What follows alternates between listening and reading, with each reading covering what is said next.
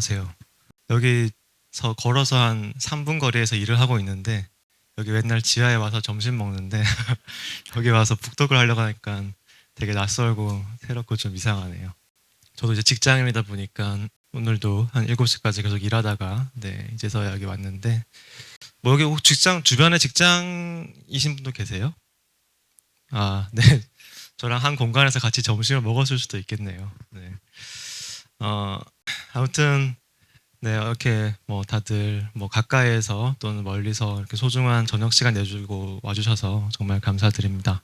제가 이제 이번 책으로 지금 하는 북토크가 총 한 세 번째 북토크인데요. 그 북토크를 지금 세 번째 하면서 계속 느끼는 거지만 계속 이제 오시는 분들도 계속 달라지고, 그리고 또 오시는 분들이 이제 어떤 관심을 가지고 어떤 또 이야기나 뭐 질문을 해주시느냐에 따라서 하게 되는 이야기들도 굉장히 많이 달라진다는 걸 많이 느껴요.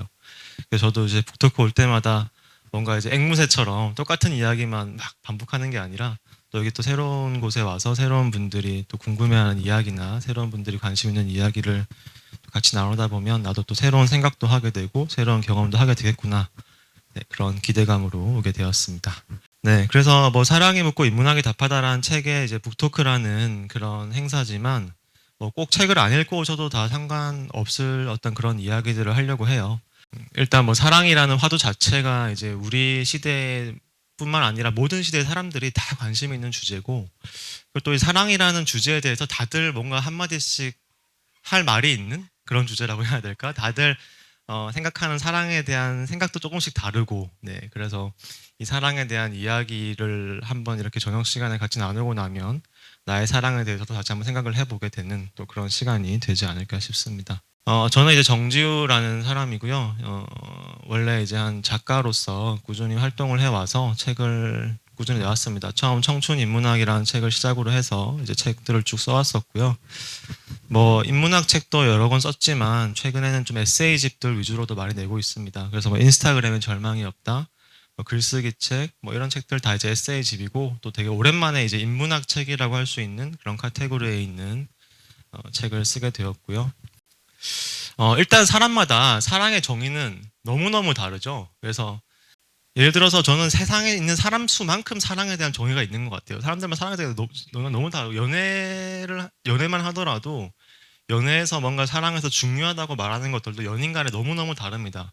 뭐 어떤 연인들은 야, 우린 뭐 100일, 200일, 300일 기념일 챙기는 게 너무 중요해서 그거 만약에 상대방이 까먹었다? 그러면 이거 이별 사유야. 뭐 이렇게 이야기하는 사람도 있는 반면에, 사랑에서 그런 게 뭐가 중요해? 뭐 기념일 챙기기? 뭐 1년에 한 번 생일 정도만 챙기면 되는 거 아니야? 남들이 정한 크리스마스 뭐가 중요해? 하나도 안 중요해. 이렇게 말하는 사람도 분명히 있겠죠. 또 반면에 이제 어떤 사람들은 난 사랑해서 뭔가 어떤 필이 와야 돼. 그래서 뭔가 어떤 좀 뜨거운 열정이나 뭔가 필이 강하게 느껴져야 진짜 사랑을 하는 것 같아 라고 하는 사람도 있는 반면에, 어떤 사람들은 아, 그런 거 너무 피곤해. 그게 무슨 사랑이야. 그건 욕망이지. 나는 오히려 더 편안한 사람이 좋아. 이렇게 말하는 사람도 있겠죠. 그래서 사람마다 사랑에 대한 정의가 너무 다양하기 때문에 저도 이제 오늘 드리고 싶은 말씀은 사랑이란 어떠해야 된다? 사랑이란 어떻다? 이런 게 아니라 세상에는 이렇게 다양한 사랑에 대한 관점들이 있다. 그런데 나의 사랑은 그 중에서 어떤 사랑과 좀 닮아 있을 것인가? 어떤 사랑이 나의 사랑일까? 그런 좀 나만의 사랑 찾기의 시간이 되었으면 하는 그런 바람이 있습니다. 특히 제가 이제 뭐 마지막에 나의 사랑을 알고 지켜내기 위해 사랑을 공부해야 된다, 이런 것도 뭐 이제 이런 거예요. 예를 들어서 이제 뭐 부부들, 저는 이제 결혼을 했으니까 이제 부부들끼리 이렇게 만나게 되면 다 자기의 부부 생활에 대해 서로 이야기를 할 거 아니에요. 뭐 우리 너무 친구 같아 이렇게 말하는 부부도 있을 테고, 우리는 뭐 아직도 야 손도 잡고 뜨거워 뭐 이렇게 뭐 어떤 부부는 야 무슨 가족끼리 뽀뽀를 해 뭐 이런 부부도 있을 테고, 다양한 어떤 부부 관계들이 있을 거란 말이죠. 근데 예를 들어서 나는 나의 부부관계에 대해 만족하고 있었어요. 뭐 우리는 뭐 그렇게 진한 스킨십은 더 이상 안 하지만, 예를 들어서 뭐 그래도 되게 친구같이 잘 지내고 행복하게 잘 지내는데, 갑자기 친구들을 만나러 갔는데 친구들이 막 그렇게 하는 거예요. 야, 그런 거는 그냥 사랑이 아니야. 뭔가 잘못됐어. 진짜 사랑은 그런 게 아니야 라고 막 하는 이야기를 듣고 집에 돌아오니까 갑자기 이혼하고 싶은 거죠. 그러니까 이런 경우들이 생각보다 너무 흔한 것 같아요. 특히 뭐 결혼은 뭐 그럴 수 있다 쳐도 연애할 때 친구들 얘기 듣고 와서 갑자기 나의 연애는 잘못된 거 아닌가 이제 이렇게 생각하는 경우가 되게 많은데, 사실 그런 것이야말로 내가 나의 사랑이 무엇인가에 대한 제대로 된 정의가 되어 있지 않은 상태에서 우리가 사랑도 하고 연애도 하기 때문에 그런 일들이 되게 많이 생기기도 하는 거죠. 그래서 우리도 이제 저도 뭐 책에서도 뭐 사랑에 대한 뭐 한 20몇 가지 관점들을 소개한 거예요. 그러니까 이런 사랑에 대한 이런 관점도 있고 이런 관점도 있고 이런 관점도 있는데, 나는 어떤 사랑이 나랑 좀 제일 공감할 수 있는가, 그런 고민을 하시면 좋을 것 같습니다. 그래서 오늘도 제가 정말 딱 한 두세 명의 학자들의 사랑 이야기만 해드리려고 해요. 물론 뭐 제가 뭐 시간이 뭐 계속 무한정하고 뭐 저 혼자 막 뭐 시리즈물로 촬영을 하는 거면 혼자 뭐 10시간도 이야기할 수 있겠죠. 다양한 뭐 플라톤의 사랑 뭐 등등등, 릴케의 사랑. 그러나 오늘은 한 일단 여러분들이 가장 많이 잘 알고 많이 들으셨던 에리 프롬이라는 사람, 뭐 사랑의 기술이라는 책도 한 번씩은 들어보셨잖아요. 근데 그럼 에리 프롬의 사랑관이 정작 뭐냐라고 물어보면 에리 프롬 사랑의 기술 들어봤지만 에리 프롬 사랑이 뭐냐라고 하면 대답하실 수 있는 사람 많지 않을 거예요. 그러니까 어쨌든 오늘 한번 들어보시고 에리 프롬의 사랑관이 공감할 만하다, 뭐 아니다, 이런 것들을 좀 판단해 보시면 좋겠죠. 뭐 에리 프롬의 사랑 뭐 여러 가지 방식으로 설명할 수가 있는데, 일단 뭐 여기 있는 거 너무 보지 마시고요. 제가 이따가 필요하면 읽어 드릴게요. 제가 이제 발췌만 해 놓은 건데, 그러니까 에리 프롬의 사랑관을 먼저 이해하기 위해서 가장 먼저 떠올리면 에리 프롬이 정말 싫어하는 사랑에 대해서 생각을 해보면, 에리 프롬 이런 거는 사랑이 아니다라고 이야기하는데, 그 대표적인 게 바로 의존성, 의존은 병이라고 봐요. 그러니까 타인에게 의존하려고 하는 마음은 사랑이 아니라고 봐요. 아예 그런 건 사랑이 아니라고 보고, 사랑은 독립된 두 사람 간에 하는 거라고 말하거든요. 에리 프롬은 처음에 제가 한 20살 때 에리 프롬의 그 구절을 읽고 너무 재밌었던 기억이 나는데, 예를 들어서 우리가 보통 연애를 하고 사랑을 할 때 두 사람이 만나가지고 굉장히 강렬한 감정을 느낄 수 있잖아요. 나 지금까지 나도 연애 한 세네 번 해봤는데 이렇게까지 강렬한 감정을 느낀 적이 없어. 너무 빠져들어, 막 너무 뜨겁게 타올라, 막 이런 걸 느낄 수 있잖아요. 근데 에리 프롬은 이제 그런 거에 대해서 그렇게 말해요. 그거는 뭐 사랑의 증거랑 전혀 상관이 없다. 그거는 그냥 그 두 사람이 그 전에 얼마나 외로웠는지만을 증명해 줄 뿐이다. 그런 거예요. 얼마나 외로웠으면 그렇게 서로 빠져들겠냐. 사실 마치 그 외로운 사람들이 마약 중독에 빠져들고 도박 중독에 빠져드는 것처럼, 외로웠으니까 서로한테 중독돼서 그거에 빠져드는 거지, 외로움을 해결할 방법이 없으니까. 그게 무슨 사랑이냐, 이렇게 말해요. 그래서 병적인 의존심이라는 말을 끊임없이 책에서 쓰면서, 병적인 의존은 사랑이 아니고 사랑이란 독립된 두 사람이 자기 자신으로부터 뭔가 끌어나오는 어떤 생명력의 표현으로서 상대방에게 뭔가를 주고자 하는 게 사랑이라고 이야기해요. 에리 프롬은 자기의 생명을 줌으로써 타인을 풍요롭게 만들고 타인을 성장시키고 싶어하고 타인에게 뭔가 좋은 걸 주고 싶어하는 그런 자신의 생동감을 통해 타인의 행동감을 고양시키는 게 사랑이다, 이렇게 이야기를 하거든요. 예를 들어서 내가 사랑하는 사람을 만났는데 막 내가 좋아하는 음악도 알려주고 싶고 내가 좋아하는 책도 알려주고 싶고 막 맛있는 데 있으면 맛있는 데도 같이 가고 싶고 이 사람의 세계를 자꾸 확장시켜주고 싶은 거죠. 그 사람이 뭔가 모르는 게 있으면 가르쳐주고 싶기도 하고 알려주고 싶기도 하고, 이렇게 되게 내가 이 사람이 너무 필요해서 막 이 사람에 매달리고 이런 게 사랑이 아니라 뭔가를 주고자 하는 그 마음이 바로 사랑의 본질이다, 이렇게 이야기를 하고 있습니다. 뭐 이기적인 사람은 자기 자신을 엄청나게 사랑하는 것이 아니라 거의 사랑하지 않는다. 그러니까 우리가 하는 이제 뭐 자기를 사랑하는 게 되게 중요하다, 요즘 이런 말도 되게 많잖아요. 근데 에리 프롬은 이 자기 자신을 사랑한다면 자기의 그런 협소한 이익과 자기 안에 갇혀 있으면서 자기 막 그 이익만 챙기는 건 자기를 사랑하는 게 아니라고 봐요. 오히려 그건 자기를 미워하는 거다. 자기를 진정으로 사랑한다는 것은 타인과 풍요로운 관계를 맺으면서 타인의 세계도 확장시켜 주고자 하고, 그 관계에서 자기의 세계도 확장되고 서로 주고자 하니까 자기가 점점 커지면서 확장되고자 하는 게 자기를 성장시키고자 하는 게 자기를 사랑하는 거지, 자기를 계속 방에 가둬놓고 방어적으로 자기 이익만 챙기고, 예를 들어서 뭐 연애를 할 때도 뭐 야, 내가 지난번에 밥 사줬는데 너 왜 밥 안 사줘? 이제 자기 이익만 계속 챙기는 거는 어떻게 보면 이제 그런 철저한 손익 계산 속에서 있는 그 이익에 대한 생각은 자기에 대한 사랑도 아니라고 봐요. 자기를 진짜 사랑한다면 그 자기 안에서 터져 나오는 그 어떤 생명력, 그 고향감 그 속으로 들어가야 된다. 그 역동성 속으로 그렇게 이야기를 하는 거죠. 그래서 사랑하는 방식, 바로 그런 방식이 유일하게 진정한 만족을 주는 방식이다. 이렇게 합니다. 그래서 사랑은 그 사랑에 관여하는 사람들, 그 두 사람들의 온전함, 그리고 동시에 현실을 다 보존하는 유일한 형태의 관계다. 이건 어떤 얘기냐면 현실을 보존하잖아요. 그리고 타인과의 연관성 속에서 자신의 온전함도 보존된다. 뭐 요즘이라고 하기엔 좀 그렇지만 얼마 전까지 유행했던 말 중에 하나가 이제 러브 앤 라이프 밸런스라는 말이 있죠. 그러니까 워라벨은 이제 워크 앤 라이프 밸런스잖아요. 저도 이제 워라벨이 있으니까 이렇게 저녁에 와서 북토크도 할 수 있는 거잖아요. 저희 회사가 워라벨이 없으면 이제 전 또 야근하러 들어가야겠죠. 그런 것처럼 이제 워크 앤 라이프 밸런스란 말처럼 러브 앤 라이프 밸런스는 자기 인생과 사랑의 좀 조화를 추구하는 경향이 많이 생기고 있다라는 거. 옛날 같았으면 뭐 사랑에 빠졌다 그러면 학점 관리도 안 하고 뭐 취업 준비도 안 하고 일단 사랑하는 사람한테 달려 뭐 그 이적의 노래처럼 마른 하늘을 달려서 일단 달려가야 돼. 사랑하는 사람한테 일단 달려가는 게 제일 중요하다면 요즘에는 자기 인생도 중요하다는 이런 관념이 많이 퍼지고 있다는 거죠. 로라벨을 챙기자.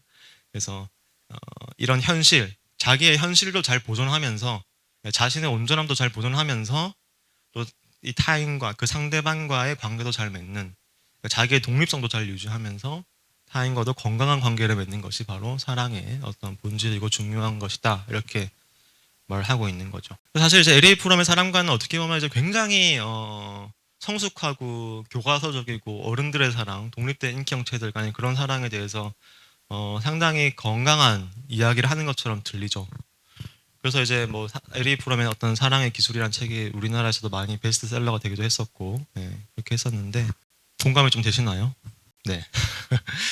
자, 근데 이제 LA 프롬의 사랑이랑 정반대되는 사랑관이 또 있습니다. 이 롤랑 바르트라는 학자인데요. 롤랑 바르트도 철학자입니다. LA 프롬도 철학자고 정확히 말하면 이제 롤랑 바르트는 뭐 기호학자, 뭐 미학자 이런 차원이 있는데 개인적으로 롤랑 바르트의 사랑의 단상이라는 책을 엄청 좋아합니다. 그래서 뭐 여러분들께서 보셨는지 모르겠지만 롤랑 바르트 사랑의 단상은 제가 알기로 현재 세계에 존재하는 사랑에 대한 책 중에 제일 어려운 책이에요. 그래서 읽으면 아무 배경 지식 없이 읽으면 무슨 소리인지 전혀 이해할 수가 없습니다. 뭐 자기 마음대로 뭐 자기 어떤 사랑의 경험에 대해서 되게 파편적으로 써놨기 때문에 이게 무슨 소리인지 이해할 수 없는 그런 이야기들이 너무 많고 또 철학자들도 막 자기가 어떤 되게 막 이렇게 의식의 흐름처럼 막 인용을 해놨기 때문에 되게 이해하기 힘들 수 있는데 저는 굉장히 제가 좋아하는 책이고 되게 아름답다고 생각하는 책이고 제가 직접 막 사랑의 단상만 읽는 독서 모임을 열어가지고 몇 달 동안 막 이야기하기도 했을 정도로 되게 재밌어하는 텍스트인데요. 이 로랑 바르트 사랑단상 뭐 사랑의 기술 못지않게 전 세계적인 베스트셀러고 정말 수많은 사람들에게 영감을 준 그런 책인데 그 사랑의 단상에 나오는 로랑 바르트의 사랑과는 그러니까 LA 프롬과는 전혀 다른 사랑을 이야기해요. LA 프롬이 아마 세상에서 가장 싫어하는 철학자를 꼽으면 롤랑 바르트일 것 같아요. 왜냐하면 롤랑 바르트에게는 바로 그게 사랑의 핵심이거든요. 예를 들어서 롤랑 바르트는 이 사랑을 일종의 유아기적인 퇴행으로 봐요. 예를 들어서 우리가 사랑에 빠지면 그 이전에는 전혀 경험할 수 없었던 어떤 세계로 진입을 하게 되는데 그 사람이 보고 싶어 미친다는 거예요. 너무 그립고. 근데 이거는 마치 어린아이가 엄마를 기다릴 때의 그 감정과 똑같다는 거예요. 저도 이제 아이가 6살인데 아이가 어릴 때 한 4~5살 때 엄마가 화장실만 가도 문 앞에 가가지고 앉아 있어요. 그러니까 엄마에 대한 그리움, 항상 엄마를 보고 싶은 마음, 항상 엄마를 기다리는. 근데 바로 우리가 사랑에 빠지면 그렇게 유아기적으로 퇴행한다는 거거든요. 그리고 그 사람이 너무 보고 싶어서 이제 미칠 것 같은 그런 상태가 되는 건데 롤랑 바르트에게는 성관계는 어떻게 보면 그렇게 중요하지 않아요. 롤랑 바르트에게 사랑에서 최고의 순간은 포옹의 순간이거든요. 마치 아이가 엄마 품에 안겨 있었을 때와 같은 그런 완벽한 합일이 그 서로를 포옹하는 순간에 이루어진다고 봐요. 서로가 너무 보고 싶어서 예를 들어서 뭐 그 롱디여가지고 너무 보고 싶어서 하늘 동못 봤는데 어느 겨울날 딱 기차역에서 내리는 딱 그를 보고 딱 거기 앞에서 이제 그녀를 만난 거예요. 그럼 두 사람이 서로 달려가서 서로 딱 포옹하는 그 순간이 사랑에서 가장 완벽한 순간이라는 거예요. 그 포옹의 순간은 그 그 외의 모든 현실을 다 잊게 만들 정도로 완벽한 행복과 황홀경의 순간이라고 하거든요. 이게 이제 그 포옹의 순간을 묘사한 건데, 우리는 마술에 걸린 채 황홀해하며 잠들지 않고 잠 속에 있다. 잠들기 전에 어린아이 같은, 그러니까 잠들기 전에 그 엄마 품에 있는 어린아이 같은 쾌감 속에 있다. 시간, 법률, 금기 이런 것들이 전혀 존재하지 않는, 그 속에서는 시간도 없고, 뭐 지금 뭐 시간에 포옹하고 있는 이 시간 동안 30분이 흘렀는지, 뭐 법률, 뭐 무슨 기차역에서 포옹하면 안 된다는 법 다 상관없다 이거예요. 아무것도 고갈되지 않으며 아무것도 원해지지 않는다. 모든 욕망은 결정적으로 충족된 것처럼 보여 폐기된다.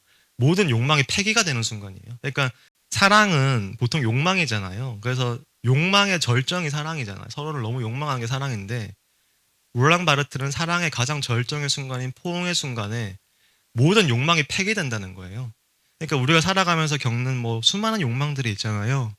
뭐 좋은 직장을 얻고 싶고, 많은 돈을 벌고 싶고, 좋은 차를 사고 싶고, 좋은 명품백을 사고 싶고, 아파트 좋은 학군으로 이사 가고 싶고, 그 수많은 욕망들이 다 폐기된다. 그 순간에는 아무짝에 쓸모없는 것처럼 느껴진다는 거죠. 모든 욕망이 폐기되는 그 순간을 다시 경험하게 해주는 것이 바로 사랑에 있어서의 가장 고유한 순간이. 이건 뭐 서로를 뭐 성장시켜서 뭐 서로에게 막 재테크 가르쳐주고 서로를 성장시키는 거랑 상관이 없는 거예요. 예. 오히려 서로의 어떤 성장이라는 것 자체도 사회 속에서 욕망이니까 그런 거 다 배제한다 이거죠. 뭐 서로를 오히려 이제 가장 어린아이 같은 행복으로 서로를 퇴행시키는 거죠. 회귀시키는 거죠. 그런 점에서 로랑 바르트가 말한 사랑의 경험이란 에리 프롬이 말하는 병적인 경험과 비슷합니다. 네. 근데 로랑 바르트는 그게 가장 최고의 경험이라고 생각을 해요. 인생에서. 둘도 없는 경험이라고 생각하는 거죠. 그래서 이제 로랑 바르트의 그러면 사랑관 어떤 거냐라고 했을 때 굉장히 재밌습니다. 그러니까 우리가 한번 생각을 해보시면 우리가 어떤 사람을 사랑한다고 했을 때 그 사람은 항상 그 사람에 있는 그대로의 그 사람은 아니에요. 왜냐하면 그 사람은 항상 내가 믿고 싶은 그 사람이거든요. 음, 제 주변에서 이제 결혼하신 뭐 유부남 유부녀들 되게 많으신데 만나서 이렇게 커피 한 잔 마시면서 얘기 들어보면 거의 열의 9은 다 사기 결혼 당했다 그래요. 그러니까 생각했던 건 다 다르다 이거예요. 예, 결혼하기 전과 결혼하기 후가 다 남자가 여자고 남녀 불문 다 다르다 이거예요.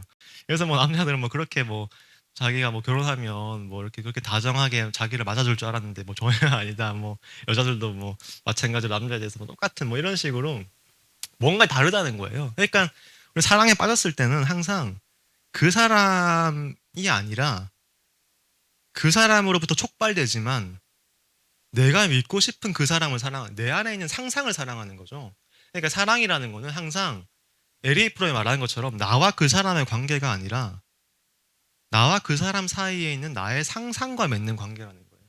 사랑은 항상 삼각형 관계라는 거거든요. 롤랑 바르트 이야기는.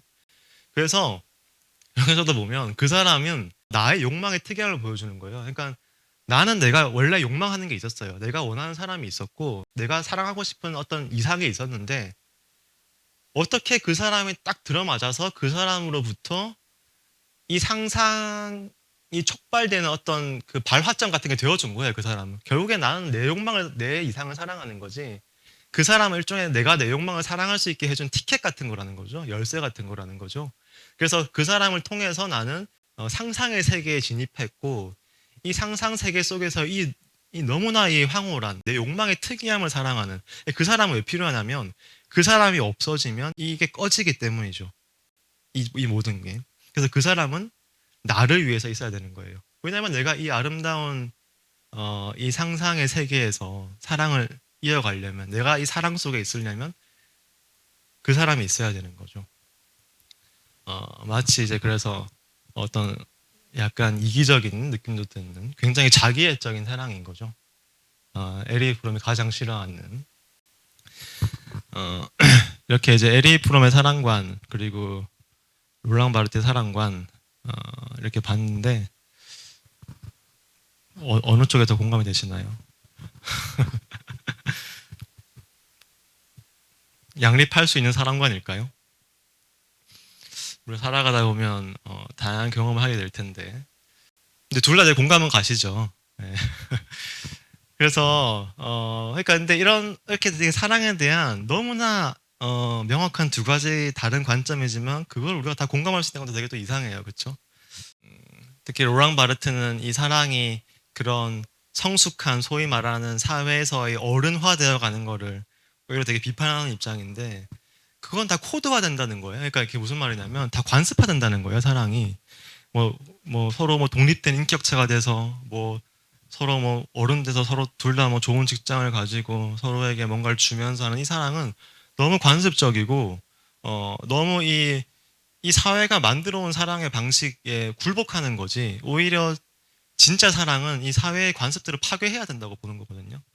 네, 이 사회의 관습이라는 것이 오히려 본질이 아니고 두 사람의 느끼는 이 진정한 감정 같은 것들이 사랑이고 거기에 이제 몰두하는 것의 경험에 대해서 이야기하는 게 사실 바르트의 이야기여서 어, 우리가 이제 어떤 거를 또 진짜 사랑으로 생각을 해볼지 이런 것들도 또 고민을 해볼 수 있는 지점입니다. 제가 마지막으로 딱 하나만 더 말씀드리겠습니다. 그래서 이제 알랭 바디우의 사랑관이라는 것도 하나가 있을 수 있습니다. 알랭 바디우도 이제 사랑 예찬이라는 책을 쓴 굉장히 현대 사회에서 많이 알려진 유명한 철학자입니다.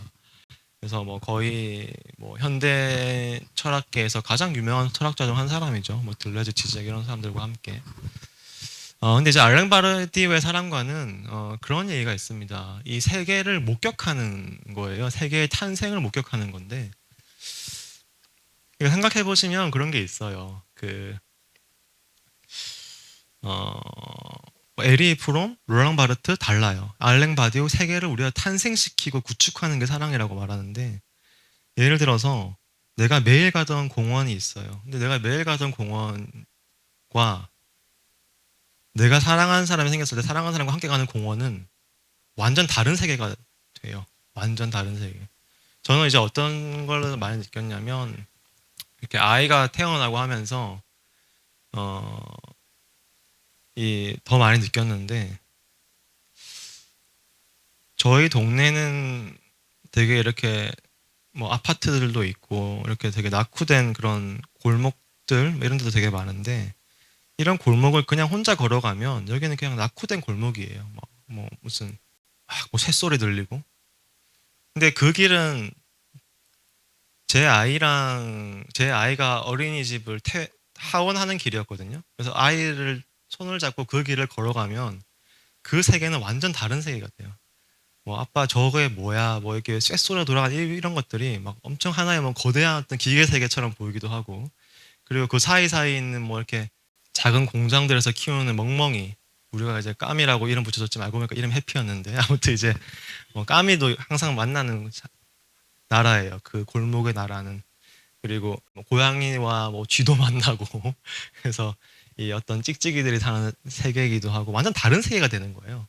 그런 것처럼 사랑은 세계를 구축하고 새로운 세계의 탄생을 목격하게 한다는 거죠. 내가 혼자 매일 가던 그 공원이 사랑하는 사람과 가 있으면 전혀 다른 세계를 경험되면서 우리가 뭔가 이 세계를 새로이 목격하게 되고 새로운 세계가 탄생한다. 그래서 사랑이란 세계와 관련된 일이다 이렇게 이야기를 하는 거죠. 내가 혼자 살아가는 삶이 있고 둘이 살아가는 삶이 있고 셋이 살아가는 삶이 있는데 이 각각의 삶이 경험하는 세계는 완전히 다른 세계로서 경험이 되고 결국 이제 두 사람은 그들에게 주어진 이 둘러싸의 세계를 어떻게 구축할 것인가라는 그 미션 앞에 서는 거죠. 뭐 그 세계를 예를 들어서 이런 것이 있죠. 혼자 보낸 자취방에서의 밤은 그냥 외롭고 쓸쓸한 밤일 수 있지만 사랑하는 사람과 같은 한 공간에서 보낸 밤이 있다.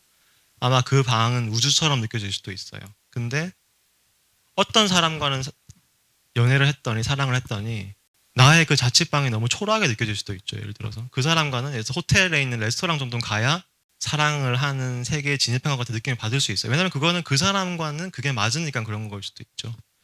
어떤 사람과는 바다만 가도 마치 그대가 있는 여기가 천국처럼 느껴질 수 있는데 어떤 사람과는 바다는 별로 안 좋고 그 사람과는 뭐 숲에 가야 정말 이 어떤 새로운 세계를 목격하게 되는 경험을 할 수도 있잖아요. 그러니까 어떤 사람과 내가 이 삶을 만들어 가느냐가 또 내가 경험하는 세계들이 달라지고 만들어가는 세계가 달라진다는 거죠.